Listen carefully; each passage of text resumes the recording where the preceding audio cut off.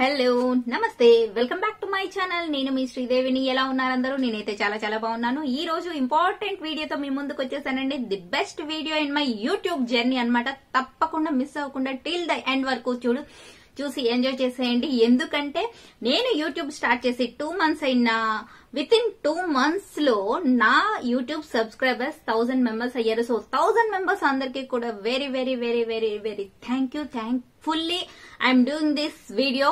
ఎందుకంటే నేను అసలు యూట్యూబ్ లో ఇంట్రడక్షన్ వీడియో చేయకుండా యూట్యూబ్ స్టార్ట్ చేశాను అనమాట. యూట్యూబ్ లో ఇంట్రడక్షన్ వీడియోతోనే ప్రతి ఒక్కరు కూడా యూట్యూబ్ జర్నీ అనేది స్టార్ట్ చేశారు. బట్ నేను డిఫరెంట్ కాబట్టి యూట్యూబ్ జర్నీ స్టార్ట్ చేసిన తర్వాత 1000 subscribers అయిన తర్వాత నేను ఎవరు ఏంటి అసలు ఎందుకు యూట్యూబ్ స్టార్ట్ చేశాను అనేది మీ అందరికీ తెలియజేయడం కోసం మీ ముందుకు వచ్చేసాను. మరెందుకు ఆలస్యం చేయకుండా ఈ వీడియోను చివరి వరకు చూసి నేనెవరో తెలుసుకోవాలనుంటే don't skip the video with proofs అన్నమాట. సర్టిఫికేట్స్ తో పాటు మీ ముందుకు వచ్చేసాను. నేను ఎవరు ఏంటి, నా క్వాలిఫికేషన్ ఏంటి, నా ఫ్యామిలీ ఏంటి, నా ఇంట్రడక్షన్ మొత్తం కూడా ఈ వీడియోలో పొందుపరచబడి ఉంది మీ అందరి కోసం. Don't miss the end, come with me.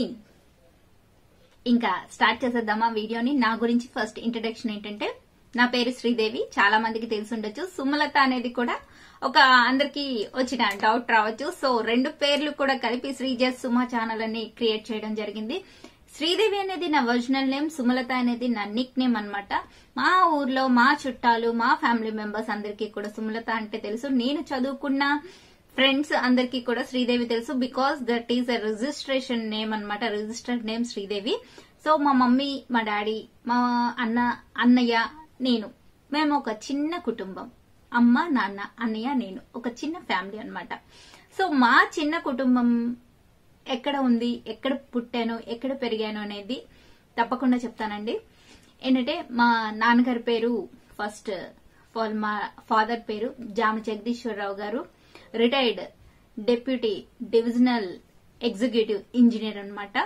So అది ఎక్కడ వర్క్ చేశారంటే నాగార్జున సాగర్ డ్యామ్ లో వర్క్ చేశారండి. నేను పుట్టింది పెరిగింది 16 years కూడాను అక్కడేనండి. పుట్టడం అంటే ఇక్కడ మా సొంత ఊర్లోనే పుట్టాను. సో 5 months బేబీ అప్పుడు డాడీ తీసుకెళ్లిపోయారంట అక్కడికి. మళ్ళీ నా కొడుకు 5 months బేబీ వరకు కూడా నాగార్జున సాగర్ లోనే చదువుకున్నాను. మొత్తం పెరిగిందంతా కూడా తెలంగాణ నల్గొండ డిస్ట్రిక్ట్ నాగార్జున సాగర్ హిల్ కాలనీలో నేనైతే పుట్టాను, పెరిగాను. హాస్పిటల్లోనే మొత్తం అన్నమాట. నా పెద్ద కొడుకు కూడా అదే హాస్పిటల్లో మళ్ళీ పుట్టాడనమాట. చాలా మెమరబుల్, నాకైతే హార్ట్ టచింగ్ ఫీలింగ్స్ అన్ని కూడా నాగార్జున సాగర్ తో ముడిపడి ఉన్నాయి. ఎప్పటికీ నేను నా లైఫ్ లో నేను ఎక్కడున్నా సరే ఆ ఊరినైతే నేను మర్చిపోను. మా ఫ్రెండ్స్ అందరూ కూడా ఇప్పటికీ టచ్ లో ఉంటారు. వాళ్ళతో ఈ మధ్య 20 years తర్వాత గెట్ టుగెదర్ కి కూడా వెళ్ళాను. సో చాలా బాగా ఎంజాయ్ చేశాము. సరే, మా నాన్నగారు గురించి చెప్పాను కదండి. నాగార్జున సాగర్ డ్యామ్ లో తను వర్క్ చేశారనమాట. సో అలా అతను సిఇఎస్ ఆఫీస్ లో వర్క్ చేసేవారు. మా మమ్మీ ఏమో శ్రీకాకుళం జిల్లా, అదే విజయనగరం జిల్లా, శ్రీకాకుళంలో డెలివరీ అయితే అయింది కానీ విజయనగరం జిల్లా పార్వతీపురం కురుపం మండలంలో మున్నెక్కల్ అనే గ్రామంలో మా మదర్ వాళ్ళదండి. సో మా డాడీది కూడా సొంతూరు ఇదేనండి, మొండెంకల్ అన్నమాట. అతను సొంతూరు కాబట్టి నన్ను వాళ్ళ బావమరిదికి ఇచ్చి పెళ్లి చేస్తే అమ్మది సొంత ఊరు ఇదే, నాన్నది సొంత ఊరు ఇదే. సో నేను కూడా నా సొంత ఊరికి రావచ్చు, నా కూతురు అనేది అక్కడ ఉంటే నాకు ఒక చిన్న మంచి, అంటే కన్న తల్లిని ఊరిని మర్చిపోకూడదు అని అంటారు కదండి. నాన్నకి నేను పుట్టినప్పుడే అమ్మాయి అమ్మ అని పేరు పెట్టారంట నాకు. అంటే వాళ్ళ అమ్మగారి పేరు. మా అమ్మ పుట్టింది, మా అమ్మ అనే అంటూనే ఉంటారు. ఇప్పటికీ మా అమ్మ అంటారు నన్ను. సో మా నానమ్మని నాలో చూసుకుంటూ ఉంటారు నాన్న. సో ఆ ఊరిని మర్చిపోలేక అతను ఎంత పెద్ద ఉద్యోగంలో ఉన్నా సరే నన్ను ఈ మారుమూల ఒక కుగ్రామానికి ఆయన బావమరిదికి ఇచ్చి పెళ్లి చేశారు. అయితే నాకైతే ఏ విషయంలో కూడా లోటు లేదండి. ఆయనైతే చాలా చాలా చాలా బంగారం కంటే, వజ్రం కంటే, ప్లాటినం కంటే ఎందులో కూడాను ఇంకా అతన్ని నేను పోల్చలేను అనమాట. అంతకంటే విలువైన వ్యక్తిని ఇచ్చి అయితే నాకు పెళ్లి చేశారు. చదువుదే ఉందండి, సంస్కారం ఉంది కదా ఉండాల్సింది. ఆయనకైతే అది లాట్స్ లో ఉందన్నమాట. మనం కొనలేనిదంతా ఉంది అతని దగ్గర. చదువు చాలా మందికి ఉంటదండి, సంస్కారం ఉండడం చాలా చాలా తక్కువ. సో అలాంటి వ్యక్తిని చూసి నాకు పెళ్లి చేశారు. మా మదర్ వాళ్ళ బ్రదర్ అన్నమాట అతను. సో ఇక్కడికి నేను వచ్చేసరికి 16 years కి నాకు మ్యారేజ్ చేశారండి. మా చిన్నప్పుడంతా కూడాను సెయింట్ జోసెఫ్ హై స్కూల్లో నేను చదువుకున్నాను. సెయింట్ జోసెఫ్ హై స్కూల్లోనే మొత్తం మాదంతా క్రిస్టియన్స్ స్కూల్ అన్నమాట. వెరీ స్ట్రిక్ట్, అన్ని నేర్పించారు. సో అక్కడ అంతా తెలంగాణ యాస అంతా కూడాను ఇక్కడికి వచ్చి నేను వీళ్ళలో అడ్జస్ట్ అయ్యి ఉండడానికి చాలా కొంచెం కష్టం అయితే అయ్యింది. ఒక 5 years వరకు ఇబ్బంది పడ్డాను. యాక్చువల్ గా అది తెలంగాణ లాంగ్వేజ్, ఇక్కడికి వస్తా నాకు అసలు ఏంటి తెలియదు అనమాట.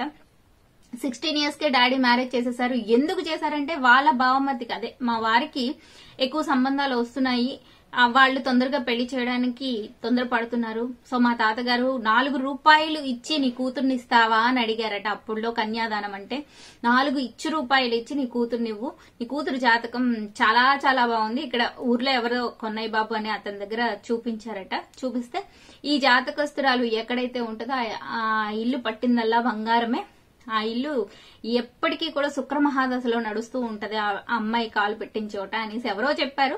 సో నీ కూతుర్ని 4 రూపాయలు ఇచ్చి పంపిస్తావా అని మా అమ్మకు ఫోన్ చేసి అడిగితే, మా అమ్మ నేను కాలేజ్కి వెళ్ళినట్టున్నాను ఫస్ట్, ఇంకా నేను 2001లో మ్యారేజ్, యాక్చువల్ గా నేను కాలేజ్కి వెళ్ళినట్టున్నాను 2000లో, ఇంటర్మీడియట్ ఫస్ట్ ఇయర్. నేను వచ్చేసరికి మొత్తం ఫిక్స్ అయిపోయింది. నాకు ఫిక్స్ అయిపోయిన ఒక 3-4 days కి చెప్పారు. అది కూడా మా ఫాదర్ చెప్పారు. మా ఫాదర్ అమ్మ ఇలా అనుకుంటున్నాము, నీకు ఇష్టమేనా అంటే నాకు అప్పుడు ఏమీ తెలీదు. ఆ ఏజ్ లో, ఇప్పుడంటే ఆ ఏజ్ వచ్చిన పిల్లలకి అన్ని తెలుస్తాయండి, కానీ మా అప్పుడు ఆ ఏజ్ లో కానీ మాకేమీ తెలీదు. అప్పుడు ఫోన్స్ కూడా అవైలబిలిటీ అయితే లేదు. ఒక్క ఫోన్ ఉండేది, అది కూడా ల్యాండ్ లైన్ అనమాట. ఆ ఫోన్ ఎలా వాడతారో కూడా నాకు తెలీదు. మా డాడీ ఆఫీస్ ఫోన్ అది, మాకు ఇంటికి కూడా కాదు, అది daddy office phone, office calls వస్తుంటాయి అనమాట. సో మా మమ్మీ మాత్రం ఇక్కడికి చేసేది. అప్పుడు ఈ ఊర్లో ఒక ఫోన్ అయితే ఒక్క ఫోన్ ఉండేది, మా తాతగారు చేసేవారట.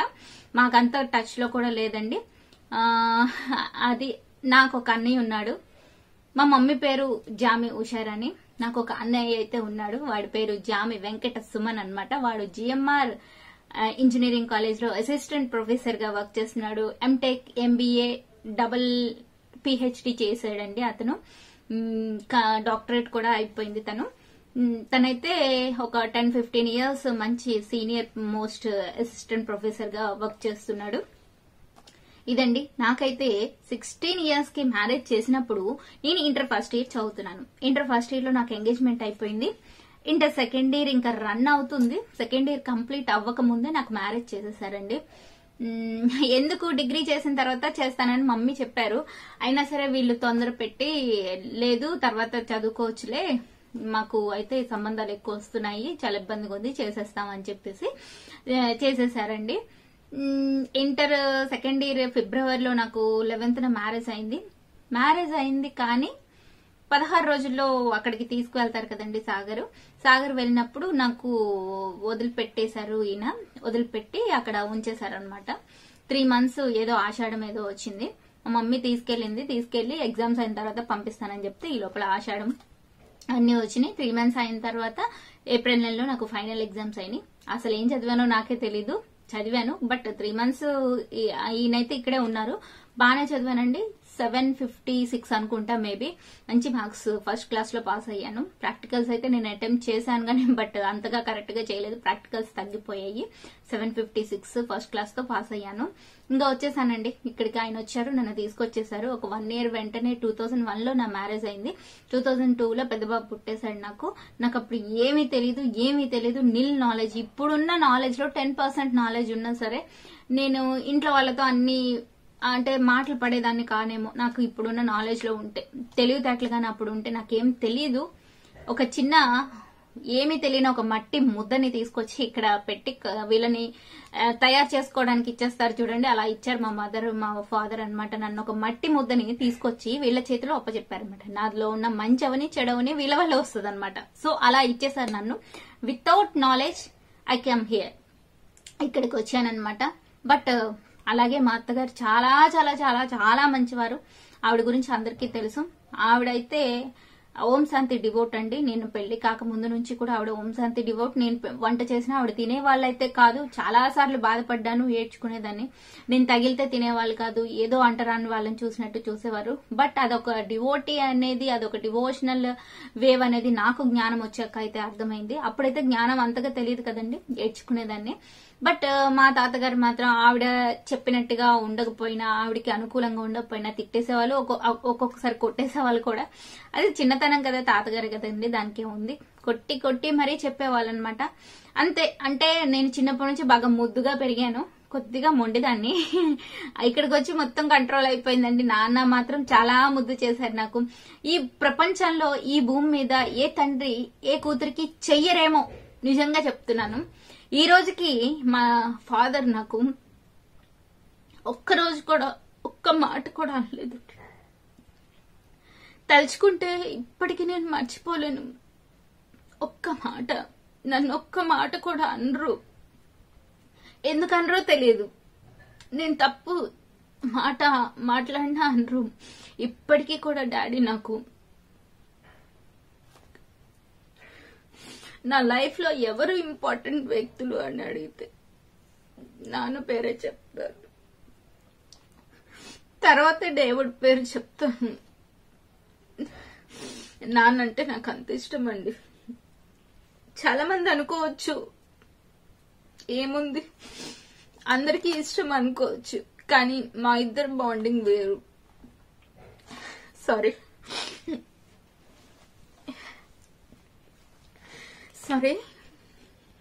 ఏ కూతురైనా సరే తండ్రి గురించి మాట్లాడితే ఇలాగే ఎమోషన్ అవుతారేమో, బట్ నేనైతే చాలా ఎక్కువ ఎమోషన్ అవుతాను. ఎప్పుడు హ్యాపీగా సంతోషంగా ఉంటూ నవ్వుతూ సంతోషాన్నే పంచుతానండి. ఎప్పుడు బాధను పంచడానికి అయితే ఇష్టపడను. బట్ ఇది కూడా ఆనందంతో వచ్చిన ఆనంద బాష్పాలే అనుకోండి. నాన్న గురించి తలుచుకుంటే అసలు ఆగవండి నాకు. సో నాన్నతో నాకున్న అనుబంధం అనేది ఎన్ని వీడియోలు చేసినా సరే సరిపోదు. నాన్న నన్ను అంత బాగా చూసుకునేవాళ్ళు. ఒక్కొక్కసారి ఎంత గట్టిగా తిట్టేస్తారంటే, నా లైఫ్ లో నువ్వు చాలా రాంగ్ స్టెప్ వేసావు, నా లైఫ్ ని స్పాయిల్ చేసావు అని చెప్పి కూడా నేను గట్టిగా అనేస్తాను. కానీ ఒక్కొక్కసారి ఆలోచిస్తే చాలా మంచి పని చేశారు నాన్న. మాత్రం నాకు ఒక మంచి భర్తని సెలెక్ట్ చేసి ఇచ్చారు. నిజంగా ఇంత మంచి వ్యక్తిత్వం ఉన్న మనిషి ఎంత చదువుకున్న వ్యక్తుల్లో కూడా దొరకరేమో అనిపిస్తుంటదండి. ఆయన కూడా ఇంటర్మీడియట్ సెకండ్ ఇయర్ వరకు చదువుకున్నారండి. కాకపోతే అప్పుడున్న పరిస్థితుల కారణంగా ఆయన వ్యాపారం చేయాల్సి వచ్చింది. ఎందుకంటే వాళ్ళ ఫ్యామిలీకి ఇతను ఒక్కరే కొడుకు, లేక 4 ఆడపిల్లల తర్వాత పుట్టారని వాళ్ళు చాలా ముద్దుగా పెంచుకున్నారు. దూరంగా పంపించడానికి ఇష్టం లేక చదివించలేదండి. ఈ ఊర్లో చదువుకునే విద్యా వసతులు ఇప్పటికీ లేవు, ఇంకప్పుడేముంటాయి చెప్పండి. సో ఆ కారణం చేత ముద్దుగా పెరిగిన బిడ్డ మాకు లేక కలిగాడు, మేము వదిలిపెట్టి ఉండలేమనే ఒక కారణం. అప్పుడు డబ్బులు కూడాను లేవండి చదివించడానికి నేనైతే చదివించలేనని 3 ఆడపిల్లలకు పెళ్లిళ్లు చేశానని మా తాతగారు అనడం వల్ల, మా మామయ్య గారు అనడం వల్ల, అతను లైఫ్ ని సాక్రిఫైస్ చేసి తల్లి తండ్రి కోసం, తన అక్క చెల్లెళ్ళ కోసం, తన అక్కల కోసం తన లైఫ్ మొత్తాన్ని స్టడీ ఇష్టం ఉన్నా సరే తన లైఫ్ ని సాక్రిఫైస్ చేసి మరి తను ఇలా వ్యాపార రంగంలోకి వచ్చారండి. ఏదేమైతేనండి ఒక బిజినెస్ మ్యాన్ తన ఇండిపెండెంట్ గా బతుకుతాడండి, చాలా గర్వంగా ఉంటాడు, ఇంకొకటి కింద అయితే పని చేయడు. సో అది నాకు చాలా హ్యాపీగా ఉంటుంది.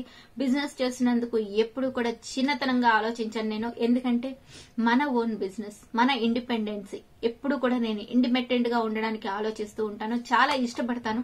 సో అతను చాలా ఇండిపెండెంట్ గా ఉంటారు, ఇంకొకరి కింద పని చేయడం అనేది నాకు కూడా ఇష్టం లేదు.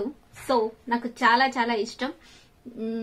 ఈ విషయం నా ఫ్యామిలీ, నా అన్నయ్య, అమ్మ, నాన్న, నా భర్త ఇక్కడ దాకా వచ్చాను కదండి. 2001లో నా పెద్ద బాబు పుట్టాడనమాట, పవన్. వాడి పేరు ఊన సాయినాథ్ పవన్. చాలా లావుగా పుట్టాడండి, 4 kgs పుట్టాడు. అప్పుడు ఏంటంటే పెళ్ళైన కొత్తలో మా అత్తగారు నాకు ఒక్క పని కూడా చేయించేవాళ్ళు కాదండి. ఏ పని చేసినా నాకు రాదు, నిజంగా చెప్పాలంటే నాకు ఏ పని రాదు. కరెంట్ కుక్కర్, రైస్ పెట్టడం కూడా రాదు. మా మమ్మీ అసలు ఏమీ నేర్పించలేదు నాకు అడిగితే. అమ్మ అయితే అక్కడ నేను సైకిల్ ఉండదండి. 10th అయిపోయిన తర్వాత ఇంటర్మీడియట్ జాయిన్ చేశారు వాసవి విద్యా పరిషత్ జూనియర్ కాలేజ్ అనమాట. వాసవి జూనియర్ కాలేజ్ లో సైకిల్ వేసుకొని వెళ్ళిపోయేదాన్ని. పొద్దునే వెళ్ళిపోయి సాయంత్రం వచ్చేదాన్ని. నా బట్టలు కూడా నాకు తడపడం తెలియదు, అక్కడ పడేయడమే అనమాట. అంట్లు కానీ బట్టలు కానీ వంట కానీ ఏమీ తెలియదు. పెళ్ళైతే చేసింది. ఇక్కడ మాత్రం ప్రతి ఒక్కటి నేనే చేయాలని వీళ్ళైతే ఆలోచించుకునే వాళ్ళు, కానీ నాకేమి రావు. బట్ మా అత్తగారు మాత్రం నాకు 1 year బాబు కడుపుతో ఉన్నప్పుడు, బాబు పుట్టినంత వరకు కూడా నాకు ఏ పని చెప్పలేదు. చక్కగా చేసి పెట్టేవారు. ఎప్పుడు తిని తిని తిని తిని తిని 50 kgs నుంచి 90 kgs వెళ్ళిపోయాను అనమాట. పెద్ద బాబు అయితే 4 kgs దాటి పుట్టాడు. అది కూడా సాగర్ లోనే డెలివరీ అయిందండి. సాగర్ లోనే మొత్తం ఒక 3 months ఉండిపోయారు మా అత్తగారు మా ఆయన. డెలివరీ వరకు ఉండిపోయారు. చాలా లావుగా బొద్దుగా పుట్టాడు నా పెద్ద కొడుకు. 2002లో పుట్టాడు వాడు. పవన్ అన్నమాట. నాకు ఎప్పటికీ వాడంటే చాలా ఇష్టం. చిన్నోడు కూడా ఇష్టమేనండి.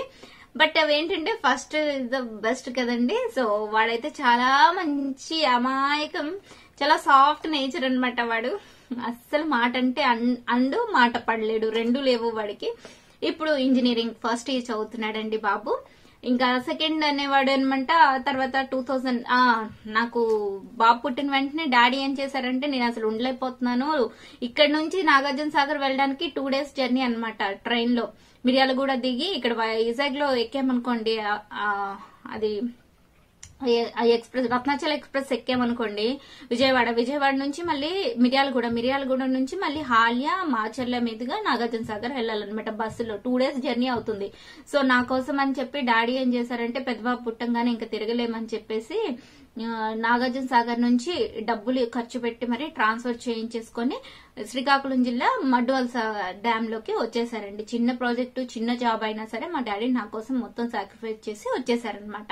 సో ఇక్కడికి వచ్చి ఇల్లు కట్టేసుకుని సెటిల్ అయిపోయారు నా కోసం అని చెప్పి. చాలా నా కోసం ఎంతైనా చేస్తారండి. నా కోసం మొత్తం ఆయన పెద్ద పెద్ద జాబు అక్కడే ఉండుంటే ఎగ్జిక్యూటివ్ ఇంజనీరింగ్ అయ్యే పొజిషన్ లోకి వెళ్లేవారు అనమాట. అయినా సరే నా కోసం దాన్ని ఒక తృణప్రాయంగా వదిలేసి రాజం వచ్చేసారు, దగ్గరికి వచ్చేసారు అనమాట. కేవలం నా కోసమే ఆయన ట్రాన్స్ఫర్ పెట్టుకుని వచ్చేసారు. మా అన్నయ్య అంటే అప్పుడు విజయవాడ నలంద కాలేజ్ లో చదువుకునేవాడు. ఇంటర్మీడియట్ నలంద అనమాట. వాడు ఆ తర్వాత ఇంజనీరింగ్ అంతా కర్ణాటకలో చేశాడు. వాడు కర్ణాటకలో చేసి అక్కడి నుంచి వాడు కేసెట్ మీద జాబ్ కొట్టుకొని వచ్చాడు అనమాట. సో వాడిని బాగానే చదివించారండి. నాకు మాత్రం ఇలా చదువుని మధ్యలో ఆపేశారు. ఎందుకు ఆపేశారు అనేది అంతే, కళ్యాణం వచ్చినా కొక్కొచ్చినా ఆగదు అని అంటారు కదండి. నా పరిస్థితిలో జరిగింది కూడా అదే. నా లైఫ్ లో అయితే అదే జరిగింది. బట్ అప్పుడు నాకైతే ఎడ్యుకేషన్ వాల్యూ అంతగా తెలీదు. తర్వాత అయితే నాకు తెలిసిన తర్వాత చాలా బాధపడ్డాను, మిస్ అయిపోయాను అనుకున్నాను. నాన్న దానికి బాగా సపోర్ట్ చేసి నన్ను బాగా చదివించారు. ఆ తర్వాత పెళ్లైన తర్వాత కూడా చదివాను. ఇలాంటి మారుమూల కుగ్రామంలో ఉంటూ ఇంత ఎడ్యుకేషన్ చేయడానికి కేవలం నా భర్త, నా తండ్రి ఇద్దరు సహకారంతోనే ఇంతవరకు చేయగలిగాను. మెయిన్ నాన్న, నేను దెబ్బలాడనమాట. బాబు పుట్టాడు, ఇంకా రొటీన్ లైఫ్ ఏంటి. మా అత్తగారు చూస్తే ఆవిడ ఓం శాంతి, ఆవిడ డివోటి, ఆవిడ వంట ఆవిడ వండుతున్నారు, తింటున్నారు. నేనేదో వండుతున్నాను, చేస్తున్నాను. నేను చూస్తే అసలు నాకు బ్రెయిన్ మెచ్యూరిటీ లేదు. పెళ్లి అయిన 16 కి మ్యారేజ్ అయిందండి. ఒక 3 years తర్వాత నాకు బ్రెయిన్ మెచ్యూరిటీ అయ్యిందనమాట. డిగ్రీ స్టేజ్ లో జ్ఞానోదయం అవుతుంది అంటారు కదా, ఆ స్టేజ్ లో నా ఫ్రెండ్స్ చూస్తే, నా ఫ్రెండ్స్ అందరూ కూడాను మంచి మంచి జాబులు, డిగ్రీలు, ఇంజనీరింగ్లు చేసి వాళ్ళు వాట్సాప్ అప్పటికి లేదు, బట్ ఫోన్స్ కాంటాక్ట్ లో ఉంటే నేను అది చేస్తున్నాను ఇది చేస్తున్నాను అని చెప్పి చెప్తూ ఉంటారు. చాలా కష్టంగా మనసుకి ఎన్నో రోజులు రూమ్ లో తలుపులేసుకొని కూర్చొని ఏడ్చిన రోజులున్నాయి. బట్ నాన్నతో ఒక రోజు మాత్రం గట్టిగా కూర్చొని అనేశాను, నాన్న నా లైఫ్ ఎందుకు ఇలా జరిగింది, నువ్వెందుకు ఇలా చేసావో నాకైతే తెలీదు. నాకు మాత్రం నా లైఫ్ నాకు నచ్చట్లేదు. నా ఫ్రెండ్స్ అందరూ చదువుకున్నారు, అన్నయ్యను కూడా చదివిస్తున్నావు, ఆడపిల్లగా పుట్టాననే కదా నన్ను చదివించలేదు అని చెప్పి అడిగాను. ఏడిస్తే అలేం కాదమ్మా, నీకు మంచి వ్యక్తిని ఇవ్వాలనే ఒక్క చిన్న ఆశతోనే ఇవ్వాల్సి వచ్చిందమ్మా. నువ్వు అమెరికా వెళ్ళినా ఎక్కడికో ఏ దేశాలకో ఇవ్వాలంటే నేను నాకున్న కెపాసిటీకి, నాకున్న ఉద్యోగానికి, నాకున్న బ్యాక్గ్రౌండ్ కి నేను తప్పకుండా నిన్ను అమెరికా కానీ, జపాన్ కానీ, లండన్ కానీ ఎక్కడో ఎవరినో ఒక సాఫ్ట్వేర్ ఇంజనీర్ని తెచ్చి నేను చాలా గ్రాండ్ గా చేయగలనమ్మా. కానీ ఇంత వ్యక్తిత్వం ఉన్న వ్యక్తిని మాత్రం ఆ దేశాల్లోనే ఎవరిని వెతికి పట్టుకొని రాలేమమ్మా. అంత మంచి వ్యక్తి చిన్నప్పటి నుంచి నేను చూస్తున్నాను, నాకు తెలుసు. అందుకనే నీకు ఇలాంటి భర్తనివ్వాలని, నాకంటే నా కూతురు బాగుండాలనే కదా ఏ తండ్రి అయినా కోరుకుంటాను. మరి నా కళ్ళ ముందు ఉంటావు, నా సొంత ఊరు నా తల్లిలాగా, నా సొంత ఊర్లో నా తల్లి ఉన్నట్టుగా ఉంటుందని చెప్పి నాకు ఏడుస్తుంటే బాధపడుతుంటే ఓదార్చి, నువ్వు ఎంతవరకు చదువుతావో అంతవరకు చదువుకో, దానికి కావాల్సిన ఖర్చులన్నీ కూడా నేనే భరించుకుంటాను, మొత్తం నీకు అన్ని కావాల్సిన సర్టిఫికేట్స్ నుంచి అన్ని నేను దగ్గరుండి నీకు తీసుకెళ్లి చేయిస్తానని చెప్పి ఫస్ట్ డిగ్రీ ప్రైవేట్ గా స్టార్ట్ చేశారు ఈ ఊర్లో. ఫస్ట్ నేనేమో కరెస్పాండెంట్ డిగ్రీ చేసిన వ్యక్తిని, లేడీని. బాబు చిన్న బాబు కడుపుతోటి ఇంకా లేడు, ఫస్ట్ ఇయర్ చేసేసాను అనమాట. బొబ్బిలి రాజా కాలేజ్ లో చేశాను, జిఎంఆర్ కాలేజ్ లో సెకండ్ ఇయర్ రాశాను, జిఎంఆర్ తర్వాత థర్డ్ ఇయర్ అనమాట. మళ్ళీ జిఎంఆర్ లోనో ఎక్కడ 3 సంవత్సరాలు కూడా 3 డిగ్రీలు చేశాను. సెకండ్ ఇయర్ వచ్చేసరికి చిన్న బాబు కడుపుతోటి ఉన్నాను. వాడు 2005 లో పుట్టాడు. అప్పటికి నాకు 2006-07 లో నాకు డిగ్రీ కంప్లీట్ అయిపోయింది. ఎట్ ఏ టైం రేపు ఎగ్జామ్ అంటే ఈ రోజు నైట్ లెగిసి కూర్చొని చదివేదాన్ని, అస్సలు చదివేదాన్ని కాదు. డాడీ అయితే కొనేసేవారు బుక్స్, ఫీజులు కట్టేసేవారు, అన్ని అయిపోయినాయి. కానీ నేను చదివేదాన్ని కాదు, ఇంట్రెస్ట్ ఉండదు అంతే. మ్యారేజ్ అయిన తర్వాత ఇల్లు, బాధ్యతలు, బర్డెన్స్, భయము, వీళ్ళేదో అనేస్తారని తిడతారని భయము, దీనికి మరేం పని లేదు, పుస్తకాలు పట్టుకొని కూర్చున్నా, ఒక రకమైన ఫీలింగ్స్. ఇప్పుడున్నంత ఫ్రీనెస్ భర్తతో ఉండేది కాదండి. రియల్ గా చెప్పుకోవాలంటే ఇప్పుడున్నంత ఫ్రీగా ఆ రోజుల్లో ఇంట్లో వాళ్ళు ముగ్గురు మాట్లాడుతుంటే మనం దగ్గరికి వెళ్లి కూర్చోవాలన్నా భయం, వణుకొచ్చేసేది, మాట్లాడలేకపోయేవాళ్ళం. వాళ్ళు ఎదురుగా ఉంటే ఆ పక్క నుంచి ఎక్కడో ఒక మూల కూర్చొని ఉండేవాళ్ళం. ఆ రోజులు అలాగ ఉండేది.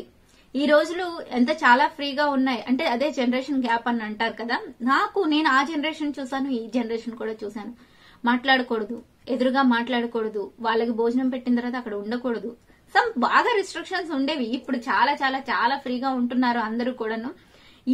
ఈ జనరేషన్ లో పిల్లలకి మాకు చాలా తేడా ఉండేదండి. పెద్దలంటే గౌరవం, వాళ్ళకి ఎదురుగా మాట్లాడకపోవడం అన్ని ఉండేవి.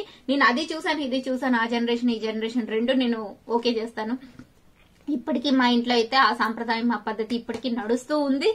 ఇప్పటికీ కూడా అదే సాంప్రదాయంలో మేమందరం కూడా ఉంటున్నాము. మా తాతగారికి భోజనం పెడితే మేము అక్కడ ఉండను, పక్కకు వచ్చేస్తాను. మా అత్తగారి లాగే సేమ్ ఆవిడ అంతే పెట్టేస్తారు, ఆవిడ పక్కన నించుంటారు, నేను అలా ఉండను అనమాట. అక్కడ ఉండి ఆయన ఏదైనా కావాలంటే ఇవాళ అదే పద్ధతి మీద నడుస్తూ ఉంది ఇప్పటికీ కూడా మా ఇంట్లో.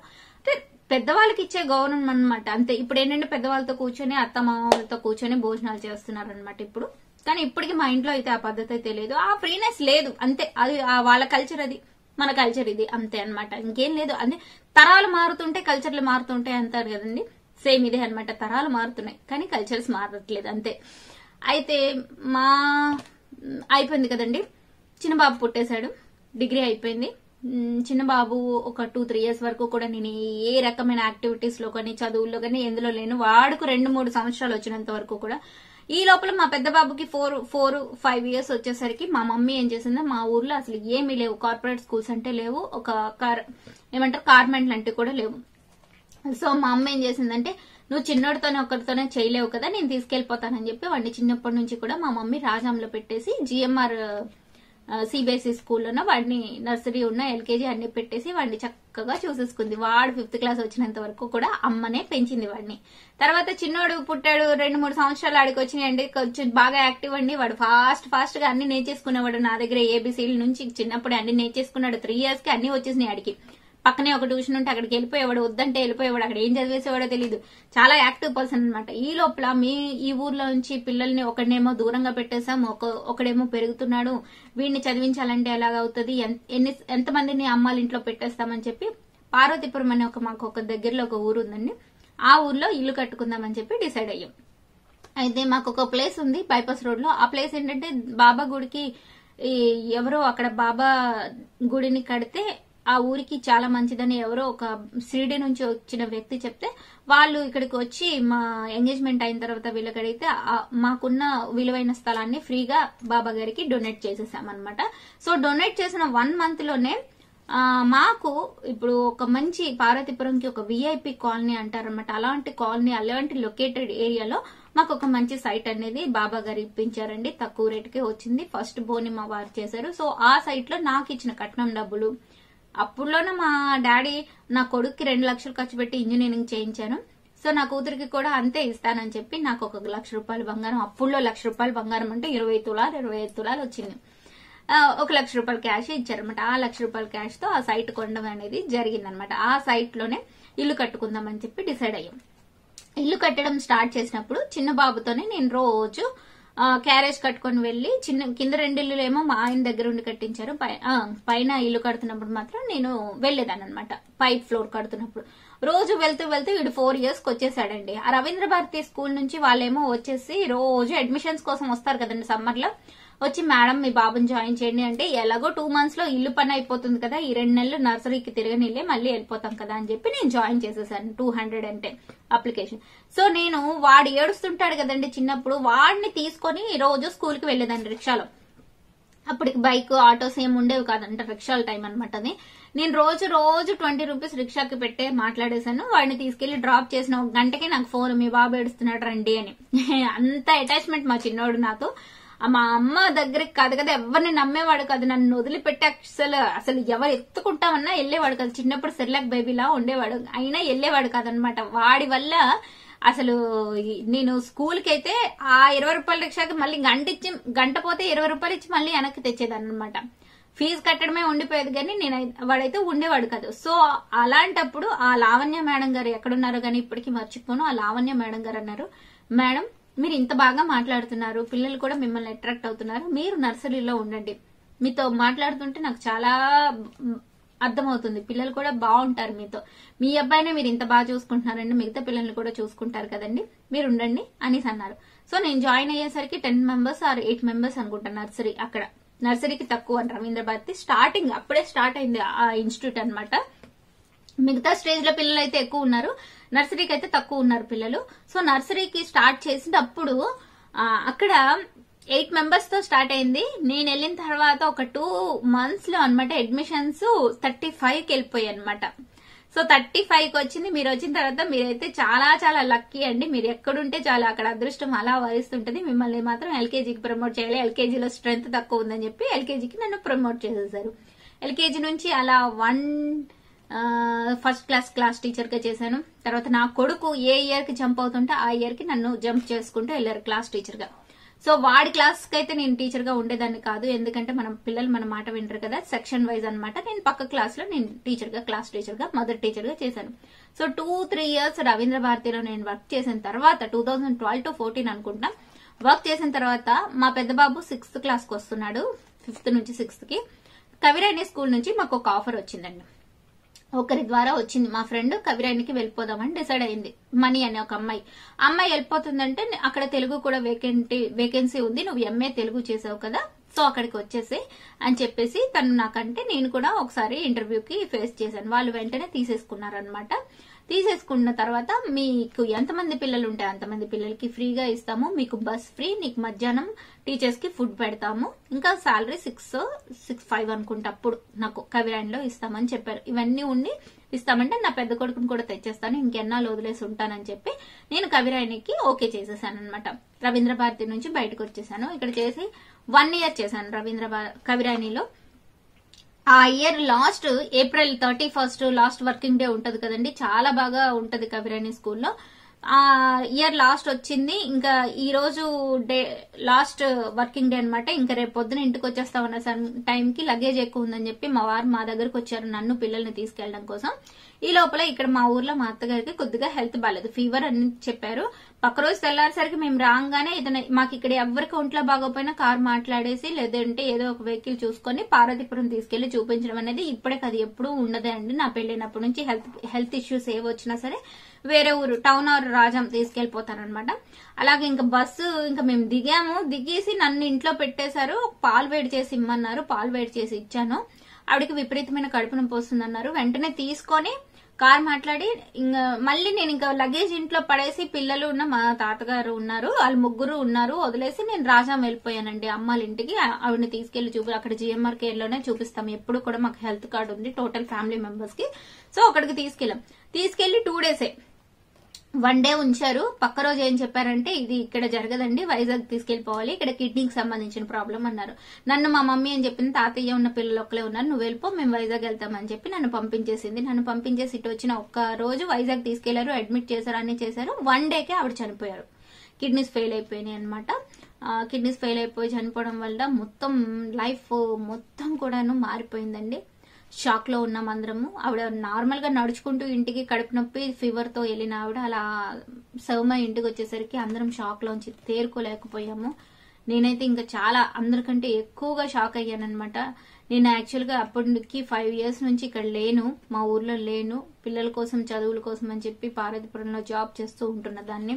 ఒక్కసారి షాక్ కి గురయ్యి ఆ 15 days ఆ 10 days ఇంటి నిండా చుట్టాలు, పిల్లలేమో జూన్ వచ్చేస్తుంది, స్కూల్స్ స్టార్ట్ అయిపోతాయి పార్వతీపురంలో, మరి నేను ఉండలేను. ఈయనకి మావయ్య గారు అయితే పార్వతీపురం వెళ్ళిపోదామని చెప్పి ఎంత రిక్వెస్ట్ చేసినా సరే నేను రాను, నా ఇంట్లోనే నేను ఉంటాను, నా సొంత ఊరు వదిలి నేను రాలేను అని చెప్పి మొండిగా చెప్పేశారు. మా మమ్మీ ఏం చెప్పిందంటే పెద్దోడిని హాస్టల్లో బయట ఎక్కడ వైజాగ్ లో వేసేద్దాం, చిన్నోడిని అయితే నేను వాడు ఎక్కడ ఉండడు కాబట్టి నేను ఒక 2 years 5th class వచ్చినంత వరకు ఉంచుతానని చెప్పి మా అమ్మ 3rd class లో ఉన్న బాబుని తీసుకెళ్లిపోయింది, చిన్న బాబుని. పెద్ద బాబుని హాస్టల్లో వేశాము. అలా నేను ఇక్కడ ఉండిపోవాల్సి వచ్చిందండి. మళ్ళీను ఉండిపోయిన తర్వాత ఒక 1 year నాకు కురుపాం మోడల్ స్కూల్లో ఇంట్రెస్ట్ గా ఉంది చెయ్యాలంటే. ఈ దగ్గరలో ఉద్యోగం చేస్తామన్నా ఏం మంచి స్కూల్స్ లేవు, పోనీ చేద్దామనుకున్నాను నేను చదువుకున్న దానికి. సో వెంటనే మళ్ళీ మోడల్ స్కూల్లోకి నాకు ఒక రికమెండేషన్ ద్వారా జాబ్ అయితే వచ్చింది. ఆ మోడల్ స్కూల్లో జాయిన్ అయ్యాను. 1 year బైక్ మీద చక్కగా తిరిగాను. బాగా ఒంటిపుట్ట బళ్ళు అంటారు కదండి, అలాంటప్పుడైతే నేను జర్నీ చేయలేకపోయాను. హెడేక్ వచ్చేసేది. మా మావయ్య గారేమో నాకు భోజనం పెట్టట్లేదు, మధ్యాహ్నం పూట వడ్డించట్లేదు, టేబుల్ మీద పెట్టేస్తున్నారు, వెళ్ళిపోతున్నారు, నేను తిన్ను అని చెప్పి కొద్దిగా సీరియస్ అయ్యారు. వడ్డించడానికి మనిషి ఉండట్లేదు, ఎందుకు ఇప్పుడు 6,000కి 10,000కి ఉద్యోగాలు చేసి ఆ పెట్రోల్ ఖర్చులకు కూడా డబ్బులు రావు, ఎందుకు ఆ డబ్బుల కోసం వెళ్ళడం అని చెప్పి. తెలుసు కదండి పెద్దవాళ్ళ పరిస్థితి, ఇంట్లో ఎలా ఉంటారు, సపోర్టివ్ గా అయితే ఉండరు కదండి. కోడలతో పని చేయిస్తున్నాము, ఉద్యోగాలు 10,000కి పని చేయిస్తున్నాం అని చెప్పి నలుగురు అనుకుంటారని చెప్పి మాట్లాడేసరికి ఇతను అన్నారు, నీ సరదా కోసం నువ్వేదో ఇంట్లో ఉండలేకపోతున్నావు కాబట్టి వెళ్ళావు కదా, ఇంకా వెళ్ళొద్దులే అని చెప్పి అన్నారండి. ఆగిపోయాను. సో అప్పటి నుంచి కూడా పూజలు, నోములు, వ్రతాలు, 108 పువ్వులు, 1,00,000 పువ్వులు, 1000 పువ్వులు, ఇంకా పూజలు, ఏదైనా ఎందులో అయినా ఇంట్రెస్ట్ ఉందంటే దాని పని చూసేస్తానన్నమాట. సో చదువు మీద, కెరీర్ మీద నేను ఏవైతే అనుకున్నానో అవన్నీ చేసేసాను. సో ఇంటర్మీడియట్ అయిన తర్వాత, నా మ్యారేజ్ అయిన తర్వాత మా ఫాదర్ ఇంట్రెస్ట్ పెట్టి చిన్న బాబు కడుపుతున్నప్పుడు డిగ్రీ చేశాను కదండి. తర్వాత నేను జాబ్ ఎప్పుడు చేశాను, రవీంద్ర భారతిలో నా చిన్న కొడుకు కోసం జాయిన్ అయినప్పుడు జాబ్ లో నా పక్కనున్న టీచర్స్ అందరూ కూడాను ఈ అమ్మాయికి క్వాలిఫికేషన్ లేకపోయినా ఎందుకు ప్రమోట్ చేస్తున్నారు అని చెప్పి ప్రిన్సిపాల్ మేడం ని క్వశ్చన్ చేసినప్పుడు ఆవిడ నాకు చెప్పిన సలహా ఏంటంటే, నీ దగ్గర వర్త్ అయితే ఉంది, వర్కింగ్ నేచర్ అయితే చాలా ఉంది, కష్టపడతావు, హార్డ్ వర్కింగ్ అండ్ డెడికేటెడ్ గా పనిచేస్తావు, మీలాంటి వాళ్ళు మిమ్మల్ని వదులుకోవడానికి ఏ కార్పొరేట్ స్కూల్స్ కూడా ఇష్టపడవు. సో మీరు తప్పకుండా కూడా ప్రైవేట్ గా డిగ్రీలు, పీజీలు చేయండి, మీకు ప్రమోషన్స్ బాగుంటాయని చెప్పి ఆవిడ నాకు సలహా ఇచ్చారు ఛాంబర్ లోకి పిలిచి. సో వెంటనే ఎంఏ ఇంగ్లీష్ చేశానండి. డిగ్రీ మీద ఎంఏ ఇంగ్లీష్ చేసి నాకు అంటే హయ్యర్ క్లాసెస్ కి ప్రమోట్ చేస్తామని చెప్పారు. సో నేను ఎంఏ ఇంగ్లీష్ చేశాను. అక్కడ ఏ యూనివర్సిటీ అంటే గీతం యూనివర్సిటీలో చేశాను. తర్వాత బిఎడ్ చేశాను. అది జాబ్ మానేసిన తర్వాత ఇక్కడికి వచ్చాకే చేశాను. అండ్ ఇంకొక జాబ్ కవిరాయిలో ఉన్నప్పుడు ఎంఏ తెలుగు చేశాను. అక్కడ తెలుగు టీచర్ కావాలంటే ఎంఏ తెలుగు మీద నాకు ఇచ్చారండి. So MA Telugu, MA English, BEd అన్నమాట నా qualification. Degree, MA English, MA Telugu, BEd ఇవన్నీ కూడాను పెళ్ళైన తర్వాతే ఒక కెరియర్ కోసం, కొన్ని నా పట్టుదల, నా పంతం కోసం నేను కూడా చదువుకోవాలనే మా నాన్న మీద కోపంతో కొన్ని అలా నా కెరియర్ మొత్తాన్ని కూడాను చదువుతో నింపేశానండి. ఇప్పటికీ ఎంఏ సోషియాలజీ అవుతుంది నాది. ఇంకా 1 year అయింది. ఇంకా 2nd year ఇంకా వాళ్ళు ఆ యూనివర్సిటీ వాళ్ళు ఇంకా అప్లై చేయలేదు, ఇంకా పెట్టలేదు, ఎప్పుడు ఎగ్జామ్స్ పెడతారో తెలియదు. సో నా లైఫ్ జర్నీలో చాలా ఉన్నాయి. ఇలా చెప్పుకుంటూ పోతే ఎన్ని వీడియోలు చేసినా అయితే చాలదు. నా సక్సెస్ ఈ రోజు మీ అందరి ముందు ఇంత సక్సెస్ఫుల్ ఉమెన్ గా ఉండడానికి నేను ఎన్నో ఎన్నో ఎన్నో ఎన్నో ఎన్నో దాటుకొని అయితే వచ్చానండి. ఎన్నో దాటాను. కష్టాలు, సుఖాలు, సంతోషాలు అన్ని దాటుకొని వచ్చాను. సో అందరికి నవ్విస్తూ కనిపించే శ్రీదేవి వెనకాల చాలా పెద్ద స్టోరీ అయితే ఉందండి. బట్ ఇంకో రోజు చెప్తాను. ఇది ఇంట్రడక్షన్ వరకు మాత్రం చెప్తున్నాను. మా అత్తగారు, మా మావయ్య గారు ఊన ధర్మరాజు గారు, మా అత్తగారి పేరు, ఆవిడ పేరు ఊన నాగరత్న గారు, మా వారి పేరు ఊన తిరుమలరావు గారు. చాలా చాలా మంచి వ్యక్తి అన్నమాట. నేను ఎన్నో జన్మల పుణ్యం చేసుకుంటేనే అలాంటి భర్త అయితే నాకైతే లభిస్తారు. ఎందుకంటే మీ అందరి ముందు ఇలా నిలబడుతున్నానంటే కేవలం అతని సపోర్ట్ వల్లే. అతని సపోర్ట్ లేకపోతే మాత్రం ఏ వీడియోలో కూడా నేను చేయలేనండి. సోషల్ మీడియాలో ఏ ఆడపిల్లైనా ఉంటుంది అంటే భర్త అయినా తండ్రి అయినా సపోర్ట్ ఉండాలి. సో నాకు వాళ్ళిద్దరూ 2 భుజాలు గజాలు లాంటి వ్యక్తులండి. సో వాళ్ళని చూసుకొని నేను చాలా ఎంకరేజింగ్ గా అందరికీ స్ఫూర్తిదాయకంగా ఈ రోజు ఇంత చదువుకొని ఇంత ఉద్యోగం చేసి ఒక హౌస్ వైఫ్ గా ఒక మంచి పేరు తెచ్చుకొని నా పిల్లలకి కూడా నేను ఒక ఇన్స్పిరేషనల్ లేడీగా మా మమ్మీ ఒక పేరు ప్రఖ్యాతులు సంపాదించుకుంది అని చెప్పి వాళ్ళు కూడా గర్వంగా చెప్పుకుంటారు. ఊర్లో చిన్న చిన్న సామాజిక ఏమైనా మంచి పనులు ఉంటే చేస్తూ ఉంటాను అప్పుడప్పుడు. ఇంకా నలుగురిని కలుపుకుంటూ వెళ్ళడం, నలుగురిని ముందుకు నడిపించడానికి నేను నిలబడడానికైతే నాకు లీడర్షిప్ క్వాలిటీస్ అయితే చాలా ఎక్కువ అండి. మాట్లాడే తత్వం అంటే మీకు తెలుసు. ఇప్పుడు ఆపకుండా 20 నిమిషాలు వీడియో స్కిప్ చేయకుండా మాట్లాడుతున్నాను. వీడియో కట్అవుట్ కూడా చేయలేదు, స్కిప్ కూడా చేయలేదు, ఆపన్ కూడా చేయలేదు, పాస్ కూడా పెట్టలేదు. 23 మినిట్స్ మాట్లాడుతూనే ఉన్నాను కంటిన్యూగా. సో అనర్గళంగా మాట్లాడగలను అనేది నాకు ఎప్పుడు తెలిసిందే అంటే ఇంటర్మీడియట్ నేను చదువుతున్నప్పుడు స్టేజ్ మీద యాంకర్ వెల్కమ్ పార్టీ ఉన్న ఫేర్వెల్ పార్టీస్ ఇవన్నీ పెడుతుంటాం కదండి.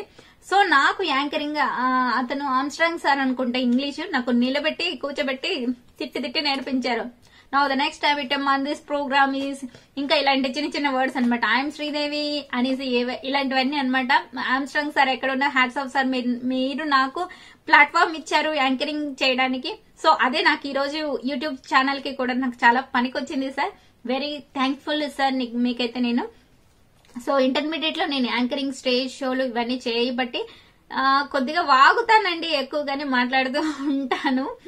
బట్ ఇక్కడికి వచ్చిన తర్వాత పెళ్ళైన తర్వాత అవన్నీ నోరు మూసుకొని ఉండిపోయాను. ఇప్పుడు కొద్దిగా మా అత్తగారు అయితే ఎక్స్పోర్ అయిపోయిన తర్వాత నాకు కొద్దిగా బాధ్యతలు వచ్చాక కొద్దిగా ఫ్రీనెస్ వస్తుంది కదండి. ఎప్పుడైనా సరే ఫ్రీనెస్ వచ్చింది. ఫ్రీనెస్ వచ్చినప్పుడు మనలో ఉన్న టాలెంట్లన్నీ ఫ్రీనెస్ తోనే బయటకు వస్తాయి. ఎప్పుడైనా ఒక మనిషిని టైట్ చేసి ఉంచేసామనుకోండి, వాళ్ళలో ఉన్న టాలెంట్ అనేది వాళ్ళు వ్యక్తపరచరు అనమాట. నువ్వు ఇలా ఉండు, అలా ఉండు అంటే అన్ని తెలిసినా సరే నోరు మూసుకొని ఉంటారు. సో నేను కూడా అంతే. నాకు ఎన్ని తెలిసినా సరే అలా నోరు మూసుకొని ఉండేదాన్ని. ఎప్పుడైతే నాకంటూ బాధ్యతలు అప్పచెప్పి ఫ్రీనెస్ ఇచ్చారో ఇంట్లో, సో నేను ఇప్పుడు మీ అందరి ముందు ఇలా శ్రీదేవిలా కనిపిస్తున్నాను. మరిన్ని మంచి వీడియోస్ కూడా మీకోసం మీ ముందుకు తీసుకొచ్చి చూపిస్తాను. ఇంకా చాలా ఉందండి చెప్పడానికి. విత్ సర్టిఫికేట్స్ తో మీ ముందుకు వచ్చేసాను. నా ప్రూఫ్స్ అనమాట. చిన్నప్పటి నుంచి నేను ఏమేమి చేశాను, ఏమేమి చదివాను, నాకేమేమి సర్టిఫికేట్స్ ఉన్నాయి, మా డాడీ ఏమేమి నేర్పించారు, ఇవన్నీ కూడా నెక్స్ట్ వీడియోలో మీ అందరికీ చూపించబోతున్నాను. ఎందుకంటే ఈ వీడియో చాలా లెంతీ అయిపోతుంది. సో ప్లీజ్ ఇక్కడితో ఆపేస్తున్నాను ఈ వీడియోని. మరిన్ని మంచి వీడియోస్ కోసం నా ఛానల్ లైక్ చేసి సబ్స్క్రైబ్ చేసి షేర్ చేయండి. నేను మీ శ్రీదేవిని. వెంటనే ఇంకొక వీడియో పెట్టేస్తాను. 2 రోజుల్లోనో 1 డేలో పెడతాను. తప్పకుండా నా బయో హిస్టరీ మొత్తం కూడా మీరు తెలుసుకోండి. ఎందుకంటే నేను మీ శ్రీదేవిని కాబట్టి. Thank you. By by.